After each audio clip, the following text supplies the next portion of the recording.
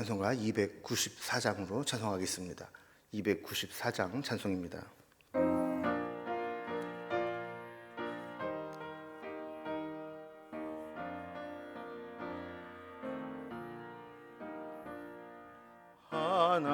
하나님은 왜 아들을 주시는 데까지 세상 사람 사랑하니 참 사랑이로다. 하나님은 사랑이라 죄악에 빠졌던 우리까지 사랑하니 참 사랑 아닌가. 하나님을 배반하고 멀리 떠난 우리 원수같이 대적하나 사랑하여 주네. 하나님은 사랑이라 죄악에 빠졌던 우리까지 사랑하니 참 사랑 아닌가. 세상 죄를 사시려 우리 죽을 대신 성자 예수 십자가에 고난 받으셨네. 하나님은 사랑이라 죄악에 빠졌던 우리까지 사랑하니 참 사랑 아닌가. 이 사랑에 감사하여 곧 주께 나오라.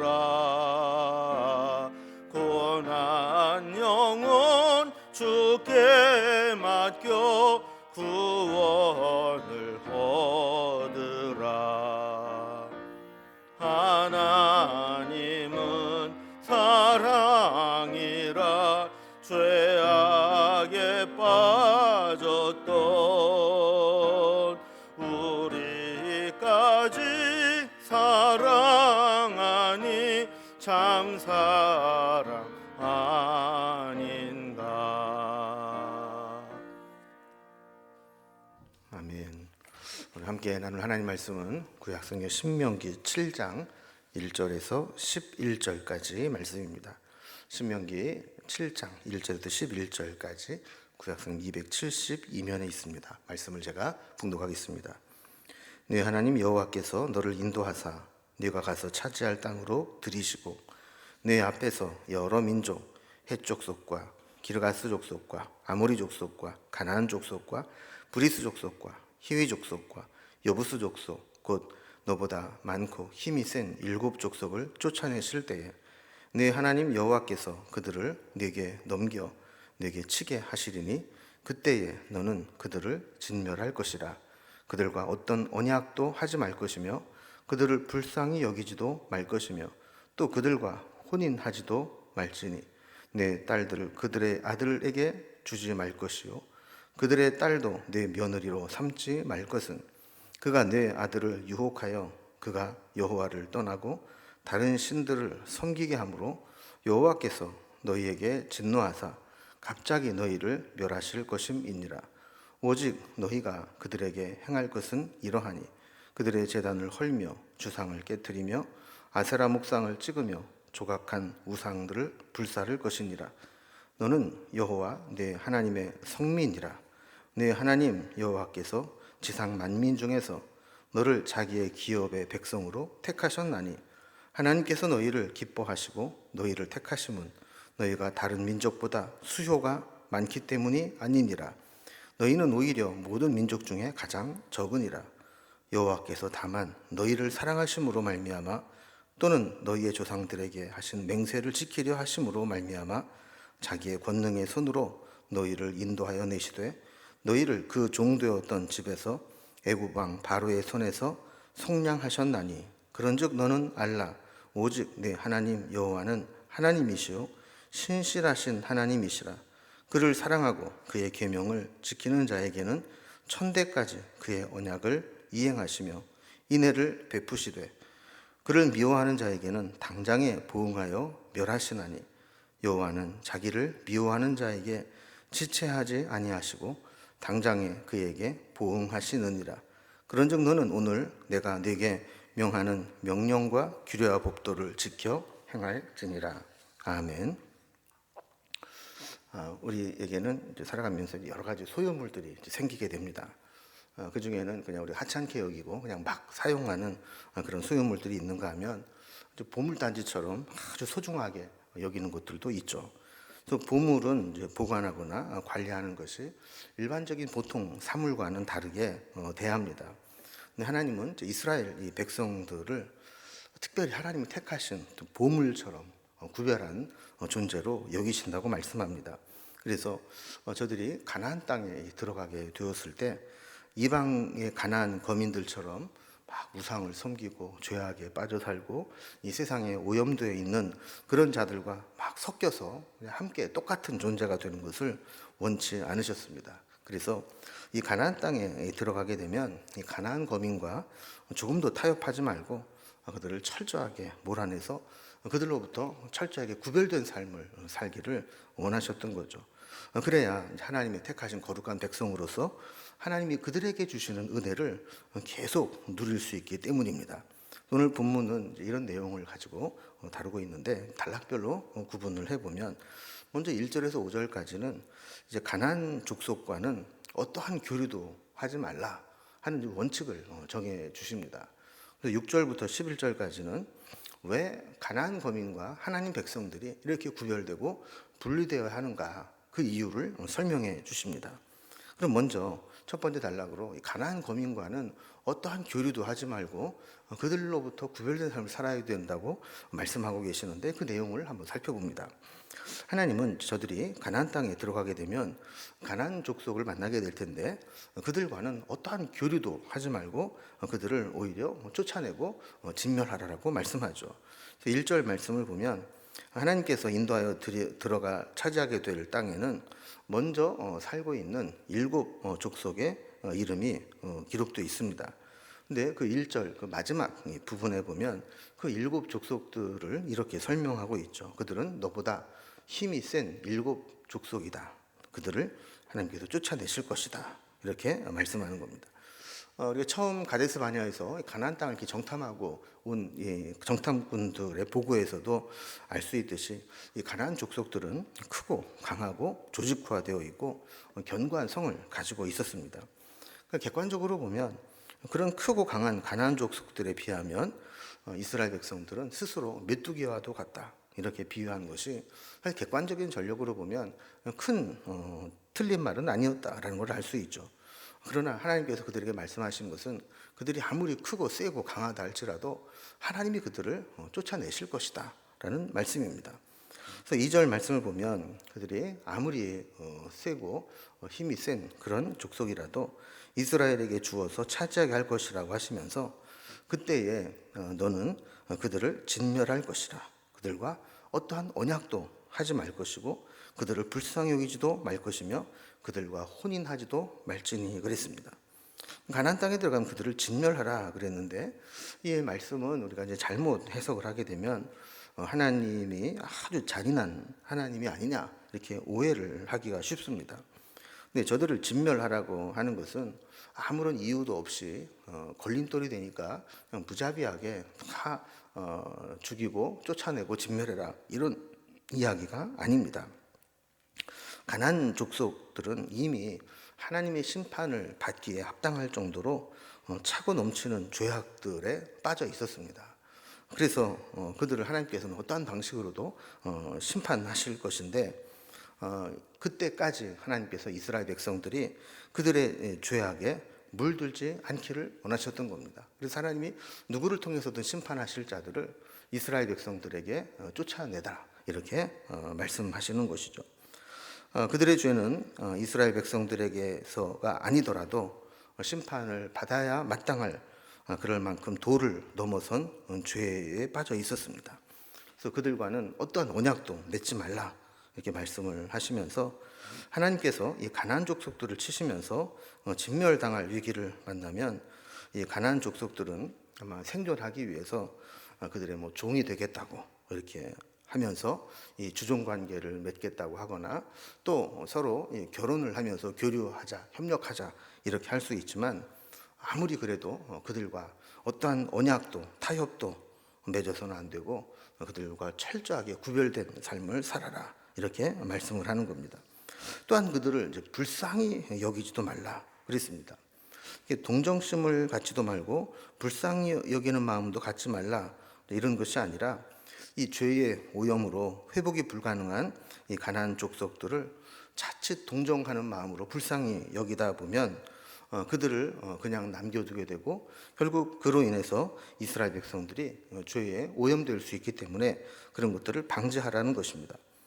우리가 죄에 빠지게 되고 물드는 가장 중요한 이유 중에 하나가 이 정 때문이 아닙니까? 그래서 다른 곳에서는 불쌍히 여기고 긍휼히 여기는 마음을 가져야 되지만, 우리에게 죄짓게 하거나 죄의 영향력 가운데 있게 만드는 것들은 단호하게 대처해야 된다라는 겁니다. 또한 이제 3절을 보면 그들과 혼인하지도 말라, 이렇게 기록을 하고 있습니다.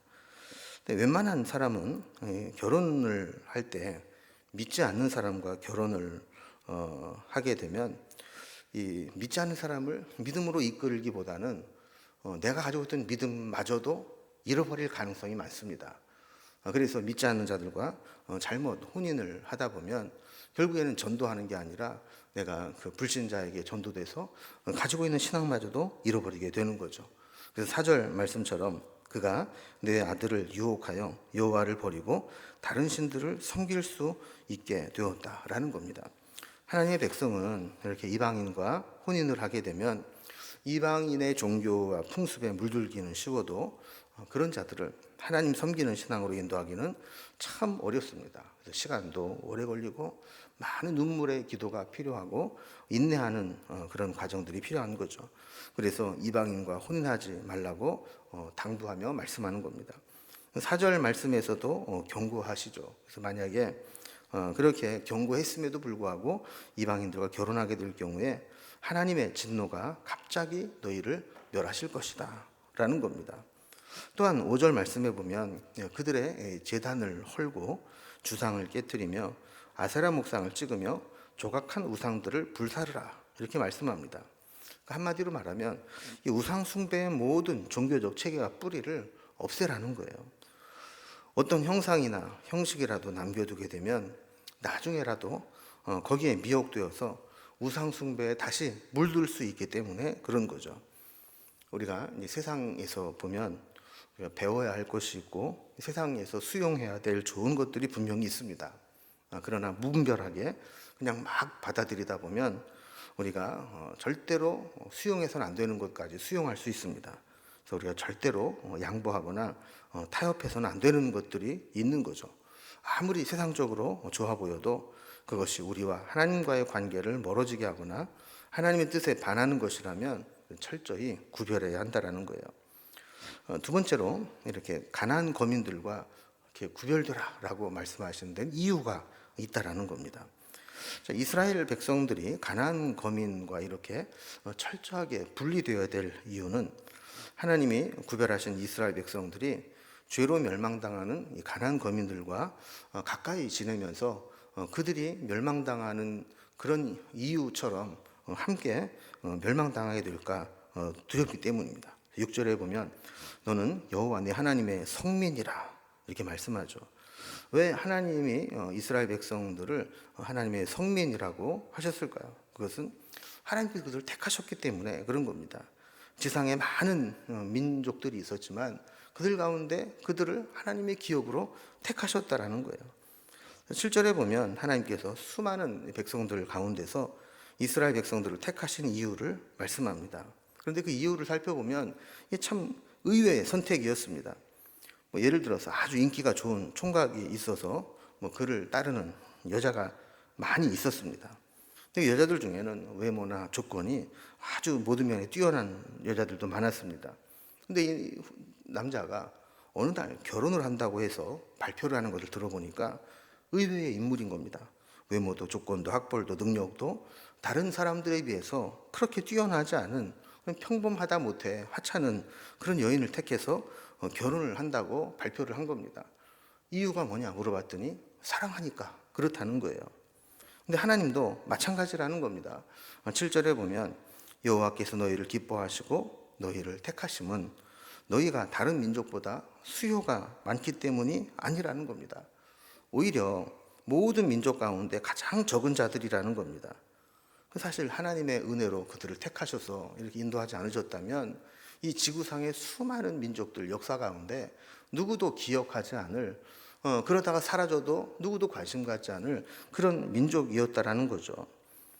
8절에 여호와께서 다만 너희를 사랑하심으로 말미암아 또는 너희 조상들이 가진 맹세를 지키려 하심으로 말미암아 애굽에서 속량하여 내어 가나안 땅으로 인도하여 내셨다라고 말씀을 합니다. 그러니까 그들을 사랑하셨거나 아니면 그 조상들에게 약속하신 것을 지키기 위해서 그들을 택하시고 여기까지 오게 한 것이지, 그들의 어떤 조건으로 본다면, 그런 세상적인 기준으로 본다면 그들을 택할 이유가 없었다는 거예요. 그래서 9절에 이렇게 결론을 말씀합니다. 이런 무조건적인 사랑과 택함을 본 이스라엘 백성들이 하나님을 사랑하고 하나님의 말씀을 지키는 것은 마땅하다는 거죠. 그래서 그런즉 알라 오직 내 하나님 여호와는 하나님이시오 신실하신 하나님이시니라. 그러면서 하나님이 먼저 이렇게 약속을 이행하시는 분임을 이야기합니다. 그러면서 하나님의 속성을 이야기하는데, 하나님을 사랑하고 계명을 지키는 자에게는 하나님이 인애를 베푸시는데 1000대까지 인애를 베푸시겠다. 거의 영원에 가까운 거죠. 10절의 말씀처럼 그러나 하나님을 미워하는 자에게는 아주 당장에 보응하시고 멸하셔서 그들에 대한 보응을 입게 한다는 겁니다. 하나님은 변함이 없으십니다. 우리가 어떻게 하느냐에 따라서 하나님의 사랑을 입느냐 아니면 주의 보응을 받느냐가 결정된다는 거죠. 그래서 11절에 보면 그런즉 너는 오늘 내가 네게 명하는 명령과 규례와 법도를 지켜 행할지니라. 하나님은 이렇게 무조건 율법을 막 지키라고 하신 것이 아닙니다. 먼저 우리에게 은혜를 베푸시고 사랑으로 인도하시고 그것을 기억하고 그 은혜와 사랑을 계속해서 유지하려면 하나님의 율법을 지키라는 겁니다. 그럼 우리도 하나님의 택하신 거룩한 기업입니다. 하나님이 사랑하시고 특별한 은혜를 주신 것과 같이 우리도 하나님을 잘 섬기고 말씀대로 믿음으로 살아야 합니다. 그러나 우리가 살아가는 이 현실을 보면 우리를 미혹하는 것들이 너무나 많습니다.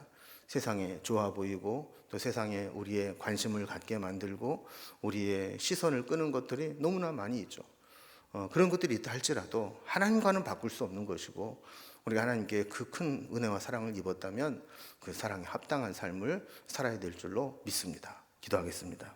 하나님 아버지, 이스라엘 백성들이 가나안 땅에 들어가게 되면 그들의 눈에 보기에 화려하고 좋아 보이는 것들로 마음을 빼앗길 수 있고, 자칫 잘못하면 그들과 교류하고 교제하면서 그 가나안 땅에 우상숭배와 우상숭배에 물든 문화와 관습에 물들 수 있음을 아셨기 때문에 철저하게 그들과 구별되기를 원하셨던 말씀을 살펴보았습니다. 우리도 이 세상을 살아갈 때 우리에게 보암직도 하고 먹음직도 하고 지혜롭게 할 만큼 탐스럽기도 한 세상의 여러 가지 유혹들이 있을 수 있습니다. 그럴 때마다 우리는 마음의 중심을 지키고 하나님께 받은 은혜를 기억하며 그 은혜를 누리기 위해서 그런 것들을 단호히 구별하고 오직 말씀 속에서 하나님만 섬김으로 하나님의 은혜를 누리며 살아갈 수 있도록 인도해 주시옵소서. 우리의 매일매일의 삶이 하나님과 동행하며 하나님 주신 은혜를 누리며 살아가는 삶이 되어지기를 소망하며 예수님의 이름으로 기도드리옵나이다. 아멘. 각자의 기도 제목들로 자유롭게 기도하겠습니다.